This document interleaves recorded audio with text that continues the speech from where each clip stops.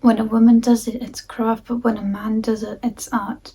How I knitted a sweater vest, which started a discussion about fibre arts and why it's so important to classify them as such. What is art actually?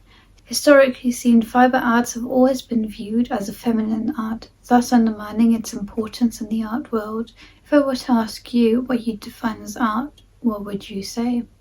A lot of people's first thought would probably be paintings or sculptures. It's tricky to give a definite definition of what constitutes as art. The Oxford Learner's Dictionary gives a short definition of the word: the use of the imagination to express ideas or feelings, particularly in painting, drawing, or sculpture. I would define art as a conscious effort to transform an element to evoke a reaction or a feeling. The focus hereby lies on the intention of the artist and not the final object. So, does that mean that anything can be art? Yes, if the intention is there is art. One example to show this is, for example, the artist who was paid a big sum of money to create an art piece. Instead of using the given money on the art piece, he handed in a blank canvas.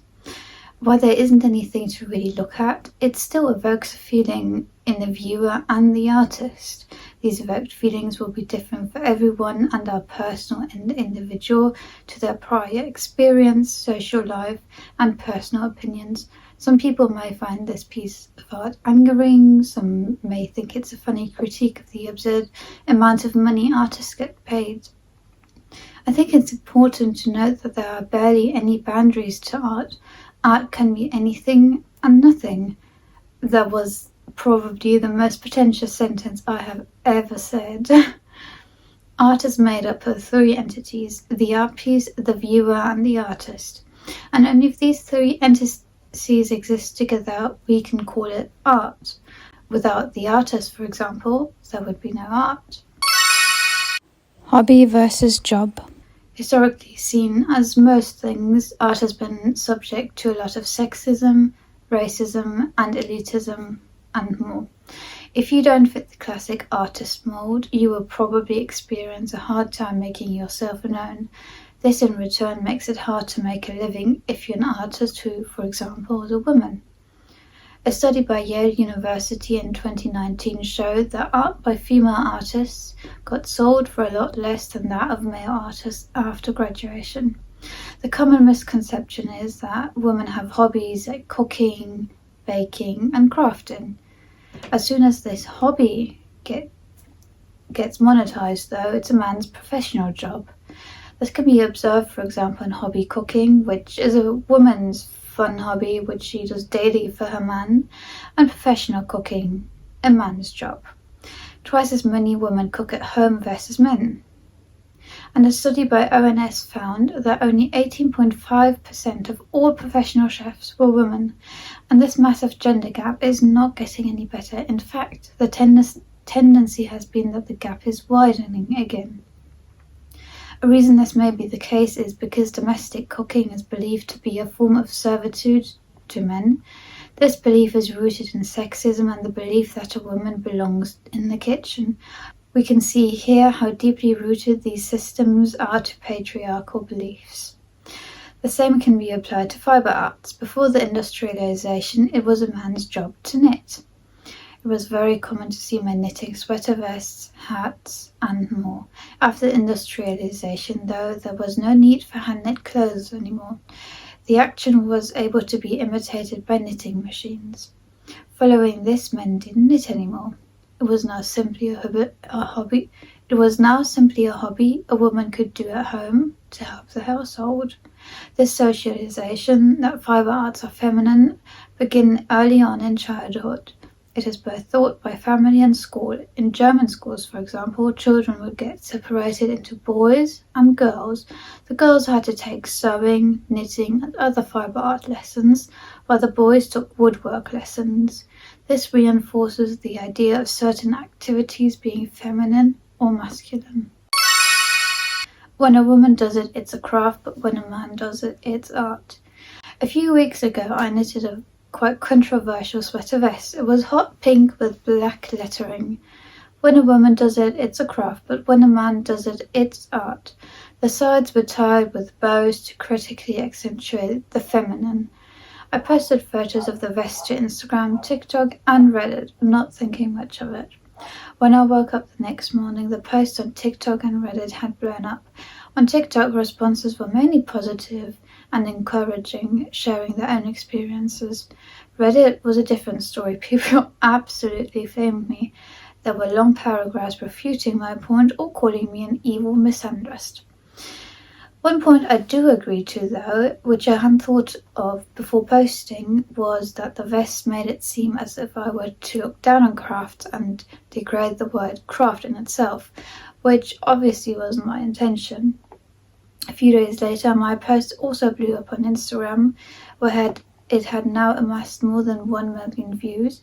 With that came both positive and negative comments. It was heartwarming and also frustrating to see so many people relate to my statement and share their own experiences. With positive engagement, there also comes negative engagement. Interestingly and unsurprisingly, male fibre artists seem to have a big problem with my statement. Here are some of my favourites. Asinan's statement: "You are digging far from your misandry for issues that don't exist." "This is the stupidest thing I have ever seen today. Are you calling this pink thingy art? Or proving your own point with craft? LMAO. There's meds for that, honey."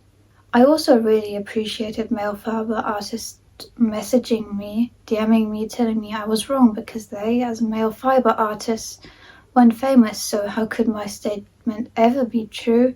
I think this really highlights that they are only thinking about themselves instead of getting the whole picture. Male fibre artists. When you search for famous fibre artists and look at the list, you'll quickly notice that the amount of women and men match up. A list with 13 fibre artists, for example, has 6 male fibre artists and 7 female fibre artists. At first glance, this may sound positive and uplifting to hear. Great, we've got a lot of representation in the art world. In 2016, the AFCI reported that 71% of all knitters and crocheters were female, with only 29 being male. The study was only separated into male and female, not taking other gender expressions into account. So the logical conclusion here would be that if over 70% of knitters and crocheters are female, 70% of the most famous knitters and crocheters and fibre artists should be female. Sadly, this is not the case, though. This inequality of who gets to showcase their art to the world isn't only regarding gender.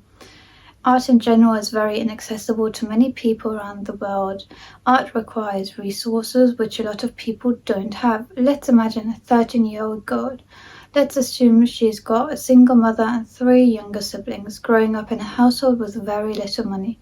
This also means she goes to a public school with not enough funding for art or other extracurricular activities. At home, she has to help mum with her younger siblings. There's no money for art supplies, nor time for those activities. In contrast, though, a wealthy child will have access to connections, money, which equals material, a good education, tutoring, and art lessons. All in all, this means that wealthy people in general have an easier way into becoming artists.